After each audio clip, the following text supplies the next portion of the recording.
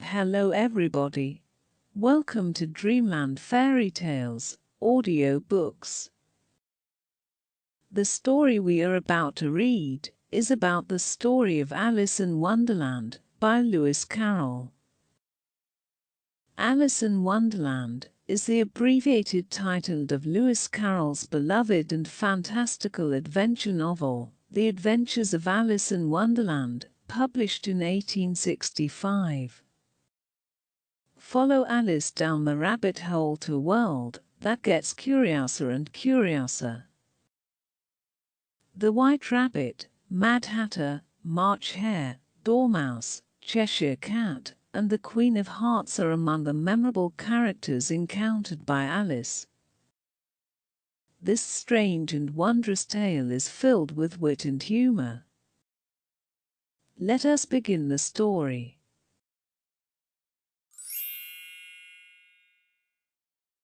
Chapter 9. The Mock Turtle's Story.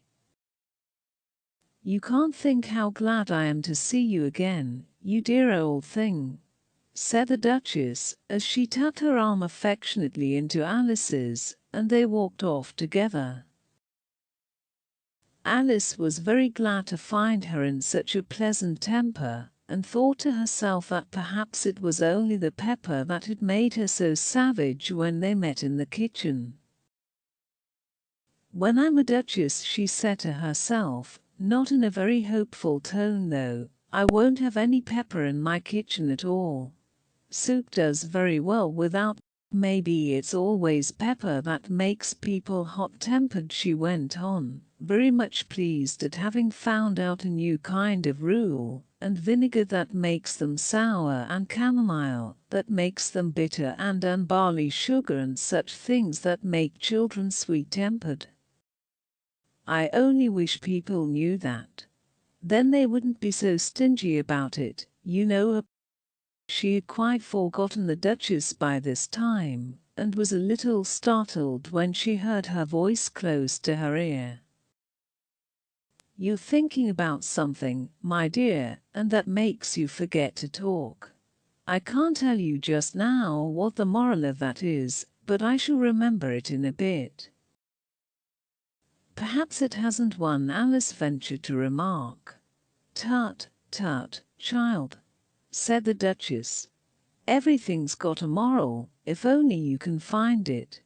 And she squeezed herself up closer to Alice's side as she spoke. Alice did not much like keeping so close to her. First, because the Duchess was very ugly, and secondly, because she was exactly the right height to rest her chin upon Alice's shoulder, and it was an uncomfortably sharp chin. However, she did not like to be rude, so she bore it as well as she could. "The game's going on rather better now," she said, by way of keeping up a conversation a little. "'Tis so," said the Duchess. "And the moral of that is, oh, 'tis love that makes the world go round." "Somebody said," Alice whispered, "that it's done by everybody minding their own business." "Ah, well, it means much the same thing," said the Duchess, digging her sharp little chin into Alice's shoulder as she added, "and the moral of that is, take care of the sounds, and the sounds will take care of themselves." How fond she is of finding morals and things, Alice thought to herself. "I dare say you're wondering why I don't put my arm round your waist," the Duchess said after a pause. "The reason is that I'm doubtful about the temper of your flamingo. Shall I try the experiment?" "He might bite," Alice cautiously replied, not feeling at all anxious to have the experiment tried. "Very true," said the Duchess. "Flamingos and mustard both bite. And the moral of that is, birds of a feather flock together." "Only mustard isn't a bird," Alice remarked. "Right, as usual," said the Duchess. What a clear way you have of putting things. It's a mineral, I think, said Alice. Of course it is, said the Duchess, who seemed ready to agree to everything that Alice said. There's a large mustard mine near here. And the moral of that is, the more there is of mine, the less there is of yours. Oh, I know, exclaimed Alice, who had not attended to this last remark. It's a vegetable. It doesn't look like one, but it is. I quite agree with you, said the Duchess, and the moral of that is, be what you would seem to be, or if you'd like it put more simply, never imagine yourself not to be otherwise than what it might appear to others, that what you were or might have been was not otherwise than what you had been would have appeared to them to be otherwise. I think I should understand that better, Alice said very politely, if I had it written down. But I can't quite follow it as you say it. That's nothing to what I could say if I chose, the Duchess replied, in a pleased tone. Pray don't trouble yourself to say it any longer than that, said Alice. Oh, don't talk about trouble, said the Duchess. I make you a present of everything I've said as yet. A cheap sort of present, thought Alice. I'm glad they don't give birthday presents like that. But she did not venture to say it out loud. Thinking again, the Duchess asked, with another dig of her sharp little chin. I've a right to think, said Alice sharply, for she was beginning to feel a little worried. Just about as much right, said the Duchess, as pigs have to fly, and them. But here, to Alice's great surprise, the Duchess's voice died away, even in the middle of her favourite word moral, and the arm that was linked into hers began to tremble. Alice looked up, and there stood the Queen in front of them, with her arms folded, frowning like a thunderstorm. A fine day, Your Majesty, the Duchess began in a low, weak voice. Now, I give you fair warning, shouted the Queen, stamping on the ground as she spoke. Either you or your head must be off, and that in about half no time. Take your choice. The Duchess took her choice, and was gone in a moment. Let's go on with the game, the Queen said to Alice, and Alice was too much frightened to say a word, but slowly followed her back to the croquet ground. The other guests had taken advantage of the Queen's absence, and were resting in the shade. However, the moment they saw her, they hurried back to the game, the Queen merely remarking that a moment's delay would cost them their lives. All the time they were playing, the Queen never left off quarrelling with the other players, and shouting off with his head, or off with her head. Those whom she sentenced were taken into custody by the soldiers, who of course had to leave off being archers to do this, so that by the end of half an hour or so there were no archers left, and all the players, except the King, the Queen, and Alice, were in custody and under sentence of execution. Then the Queen left off, quite out of breath, and said to Alice, "Have you seen the mock turtle yet?" "No," said Alice. "I don't even know what a mock turtle is." "It's the thing mock turtle soup is made from," said the Queen. "I never saw one, or heard of one," said Alice. "Come on, then," said the Queen, "and he shall tell you his history." As they walked off together, Alice heard the King say in a low voice, to the company generally, "You are all pardoned.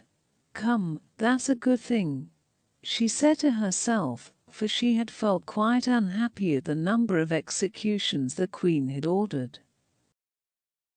They very soon came upon a griffin, lying fast asleep in the sun.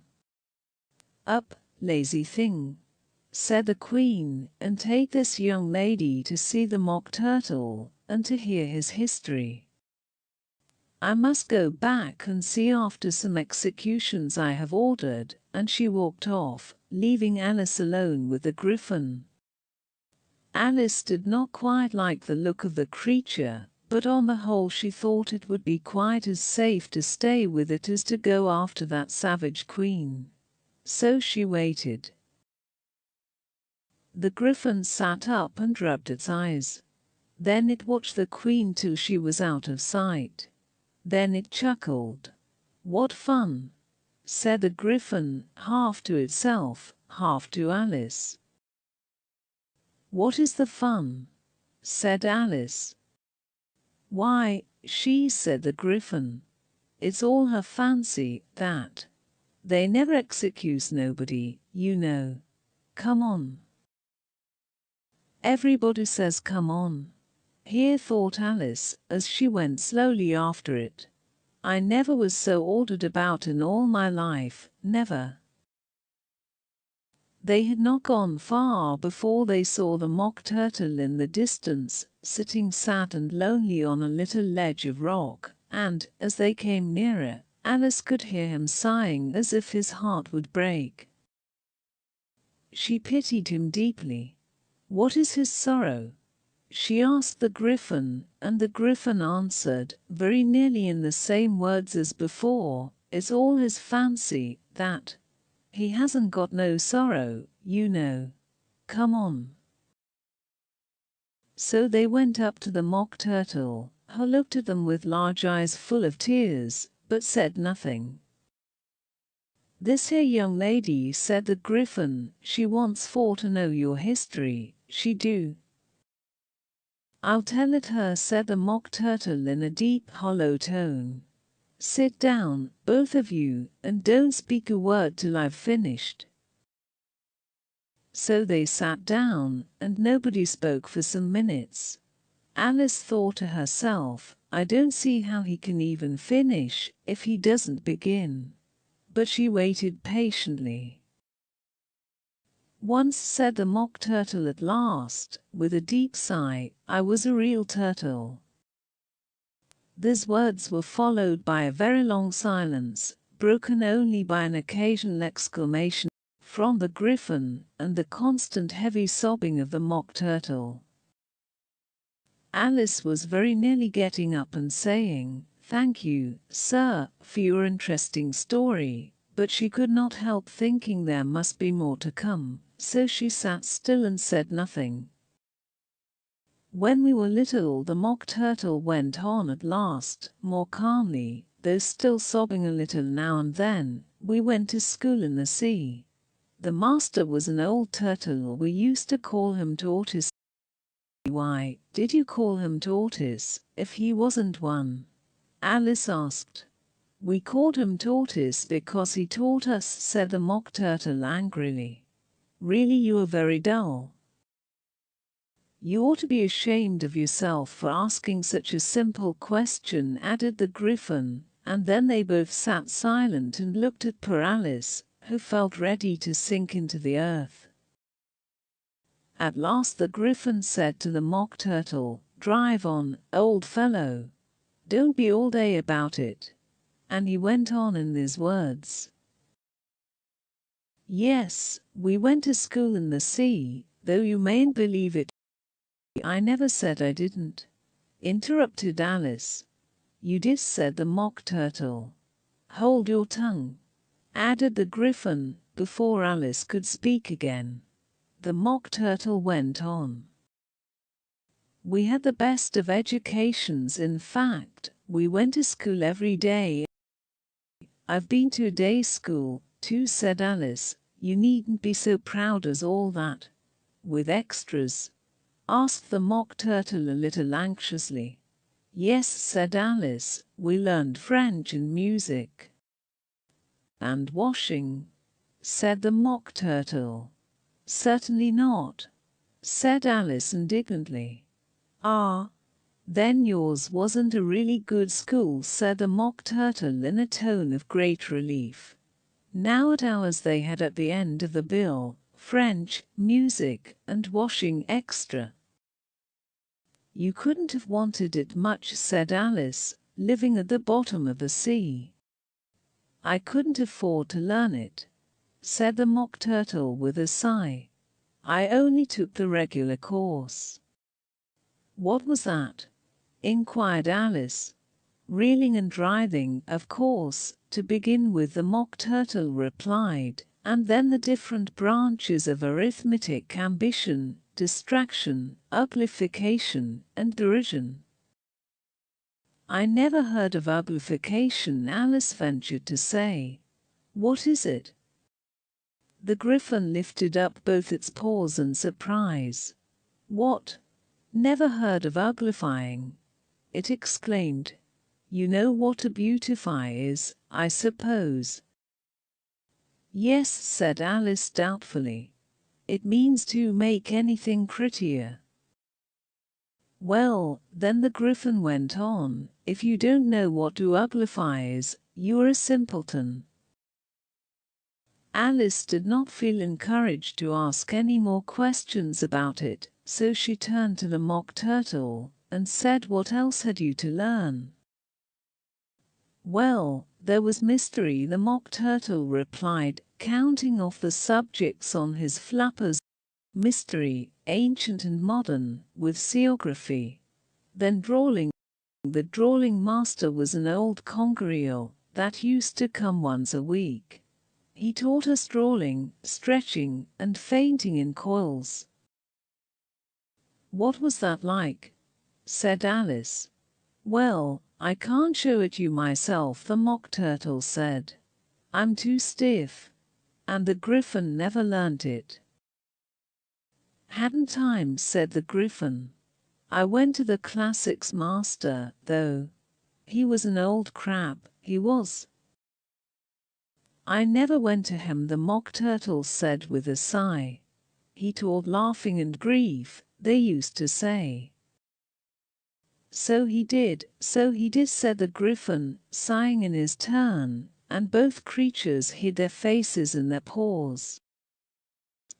And how many hours a day did you do lessons? Said Alice, in a hurry to change the subject. 10 hours the first day, said the Mock Turtle. 9 the next, and so on. What a curious plan! Exclaimed Alice. That's the reason they're called lessons, the Griffin remarked. Because they're lesson from day to day. This was quite a new idea to Alice, and she thought it over a little before she made her next remark. Then the 11th day must have been a holiday. Of course it was, said the Mock Turtle. And how did you manage on the 12th? Alice went on eagerly. That's enough about lessons, the Griffin interrupted in a very decided tone. Tell her something about the games now. And that is the end of Chapter 9. The Mock Turtle's story, in the tale Alice in Wonderland, by Lewis Carroll. Check the link in the description, and click it to continue reading the Chapter 10. The Lobster Quadrille. You might also enjoy the story of Dr. Know-all, by the Brothers Grimm. The story is about a peasant named Crab saw how well a doctor ate and asked him how to become one. The doctor told him to buy an ABC book with a rooster up front, sell his oxen and car to buy doctor's equipment and clothing, and advertise himself as Dr. Know-all. Crab takes this advice serious and soon becomes a doctor under this name. If you enjoyed that story, leave a like, and do not forget to subscribe to Dreamland Fairy Tales audiobooks. Hit notification bell button to be updated to our latest fairy tale stories, and enjoy a complete collection of short stories for children. I hope you enjoyed reading with me. Until next time, goodbye.